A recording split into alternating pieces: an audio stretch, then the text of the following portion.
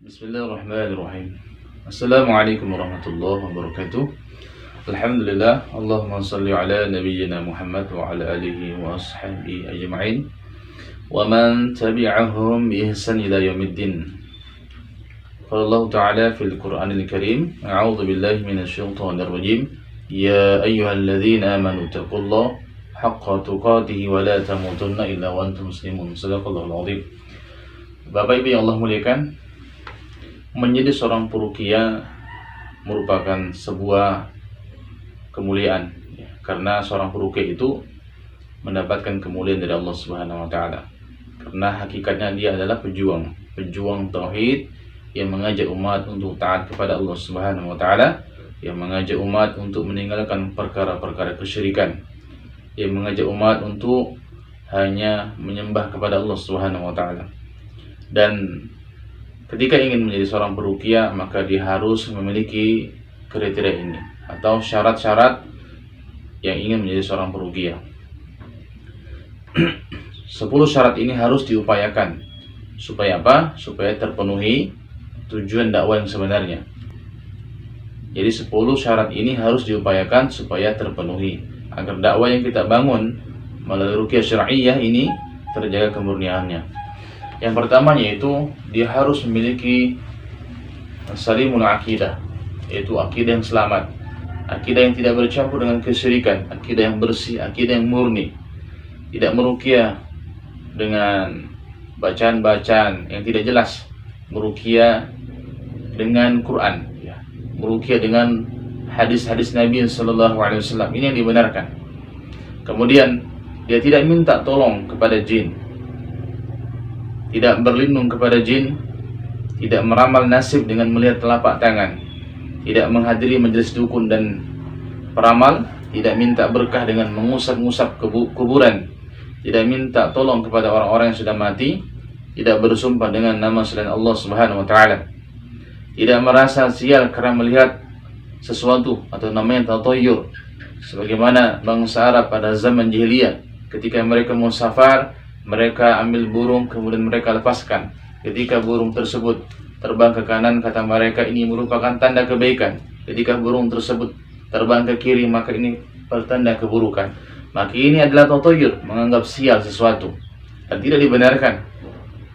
Kemudian ikhlas beramal untuk Allah Subhanahu wa taala. Kemudian menjadikan syaitan sebagai musuhnya, jangan dijadikan teman. Karena perintah Allah Subhanahu wa taala, wala tattabi'u khutuwatis syaitan, jangan mengikuti langkah-langkah syaitan. Kemudian yang kedua, sahihul ibadah, yaitu ibadah yang benar. Ketika dia bertaharah, harus taharah yang benar. Bagaimana cara wudu yang benar, cara beristinja yang benar. Seorang peruqyah ketika tidak paham ini, maka dia harus belajar dulu perkara taharah, ya. Kemudian dia seorang peruqyah harus bersemangat dalam sholat berjamaah di masjid. Maka tidak pantas seorang peruqyah dia tidak sholat berjamaah di masjid. Bahkan jangan sampai seorang peruqyah dia tidak sholat 5 waktu. Na'udzubillah min dzalik. Kemudian dia berpuasa fardu, bayar zakat, kemudian berpuasa sunnah, kemudian niat untuk melaksanakan haji, kemudian mendirikan sholat malam, kemudian istiqomah, tilawah Quran istiqomah setiap hari, tidak meninggalkan bacaan Quran. Ya, seorang peruqyah adalah seorang yang mencintai Al-Quran.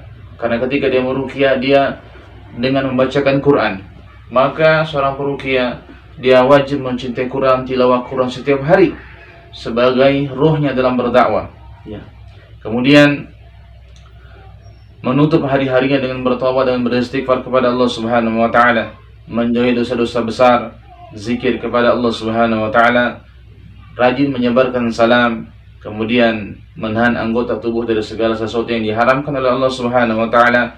Kemudian dia juga menggunakan salah satu sunnah Nabi, itu bersiwak. Kemudian senantiasa menjaga kondisi toharo, artinya alangkah baiknya ketika seorang peruqyah menjaga wudunya. Ketika dia batal wudunya, dia berwudu lagi. Ini adalah sesuatu yang baik, ya. Kemudian yang ketiga yaitu memiliki akhlak yang mantap. Seorang peruqyah harus memiliki akhlak yang mantap, diupayakan, ya. Bahkan dianjurkan berdoa sebagaimana doanya, ya, yaitu ya Allah berikan aku akhlak sebagaimana akhlaknya baginda Rasul sallallahu alaihi wasallam. Ya. Ketika kita berusaha memiliki akhlak yang baik, maka kita juga berdoa agar diberikan akhlak yang baik seperti akhlaknya Rasul sallallahu alaihi wasallam. Kemudian seorang peruqyah tidak mencaci maki, tidak mengadu domba, tidak menggibah atau menjelekkan saudara-saudaranya, tidak memotong pembicaraan orang yang sedang berbicara, tidak menghina dan meremehkan orang lain, tidak menjadikan orang-orang yang buruk sebagai teman dekatnya, sebagai sahabatnya. Karena kata Nabi, ar-rajulu 'ala dini khalilihi falyanzur man khalil. Seseorang itu tergantung teman akrabnya. Ketika engkau ingin melihat imannya, maka lihat teman akrabnya siapa. Kemudian menyayangi yang lebih mudah darinya, menghargai yang sebaya, menghormati yang lebih tua.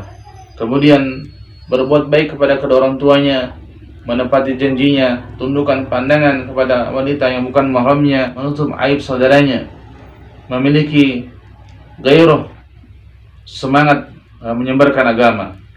Kemudian yang keempat yaitu seorang peruqyah alangkah baiknya dia memiliki usaha sendiri sehingga dia tidak bergantung dengan dakwah ruqyah ini. Jangan sampai kita meruqyah, kita niat untuk memperkaya diri, untuk mencari materi di sini. Maka ketika ada orang-orang peruqyah yang berniat seperti itu, maka ketika nanti di akhirat dia tidak diberikan pahala lagi oleh Allah Subhanahu wa taala. Namun ketika niat itu sudah benar, ikhlas karena Allah, ketika ada orang memberikan antum uang, maka terima, itu dibolehkan. Kemudian juga tidak menunda dalam melaksanakan hak-haknya orang lain. Ya. Kemudian yang kelima, seorang peruqyah harus berwawasan luas. Ya, ini diupayakan. Rajin ikut taklim, rajin ikut kajian, kemudian belajar kepada ulama-ulama tentang agama, kemudian baca Qur'annya bagus. Ya, ini salah satu syarat menjadi seorang peruqyah adalah memiliki tajwid yang bagus. Kemudian dia juga menghafalkan banyak hadis-hadis, ya, terutama hadis-hadis yang berhubungan dengan kesyirikan, dengan jimat, dengan perdukunan, sehingga ketika dia menjelaskan kepada jemaah, kepada orang-orang yang diruqyah itu mudah, sehingga jemaah pun mudah memahami apa yang dijelaskannya karena disampaikan juga dengan hadis-hadis Nabi sallallahu alaihi wasallam. Kemudian dia mengetahui hukum toharo, hukum salat, hukum berpuasa, ya. Kemudian mengetahui organisasi-organisasi yang terselubung, yang mana organisasi tersebut adalah niat untuk merusak Islam. Ya, tidak menerima suara-suara miring tentang seorang peruqyah, tentang kita. Ya. Kemudian yang keenam, kuat fisiknya, bersih pakaiannya, tempat tinggalnya, dan dia tidak merokok. Kemudian yang ketujuh, menguasai diri sendiri, menjauhi segala sesuatu yang diharamkan, menjauhi tempat-tempat yang bisa menjerumuskan seseorang dalam keharaman, dalam kemaksiatan. Kemudian yang ke-8, teratur urusannya, yaitu dia tidak menjalin hubungan dengan lembaga-lembaga yang menentang Islam. Karena ada lembaga-lembaga atau ormas-ormas yang menentang Islam, maka dia tidak boleh tergabung di dalamnya. Karena seorang peruqyah syar'iyyah adalah pejuang tauhid yang ingin menegakkan dinul Islam di muka bumi ini, yang mengajak umat Islam untuk kepada Allah Subhanahu wa taala, meninggalkan kesyirikan. Kemudian yang ke-9 yaitu menghargai waktu. Jangan habiskan waktu dengan perkara yang sia-sia. Seorang peruqyah habiskan waktunya dengan belajar, dengan menuntut ilmu, dengan amal-amal soleh. Tidak menghabiskan waktu-waktunya untuk perkara yang sia-sia. Bahkan kata Nabi, min husni islamil mar'i tarkuhu ma la ya'ni. Tanda keislaman seseorang bagus adalah dia meninggalkan perkara yang sia-sia. Ya, tidak menghabiskan waktu untuk bermain game, ya, berjam-jam untuk perkara yang sia-sia. Kemudian yang ke-10 yaitu bermanfaat untuk sesama, melaksanakan hak kedua orang tua dan memberikan petunjuk kepada orang-orang yang tersesat, membantu orang-orang yang kebingungan ketika dia punya masalah, ya, masalah terutama berhubungan dengan sakitnya, bingung ingin kemana, jangan sampai dia terjerumus ke dalam kesesatan, apalagi mendatangi dukun, ya. Maka seorang peruqyah tugasnya adalah mengajak dia, membantu dia, memudahkan urusan dia. Semoga 10 syarat ini bisa kita usahakan, bisa kita upayakan supaya benar-benar target dari seorang peruqyah itu terwujud. Dan bukan berarti yang menyampaikan ini juga sudah sempurna, tetapi masih sama-sama belajar untuk berusaha menjadi lebih baik, ya, dan terus memperbaiki diri, terus mendekatkan diri kepada Allah Subhanahu wa taala. Semoga apa yang kita sudah usahakan, apa yang kita perjuangkan diridhai oleh Allah Subhanahu wa taala dan kita dimasukkan ke dalam surga Allah Subhanahu wa taala. Barakallahu fikum. Subhanakallahumma bihamdika asyhadu an la ilaha illa anta astaghfiruka wa atubu ilaik. Assalamualaikum warahmatullahi wabarakatuh.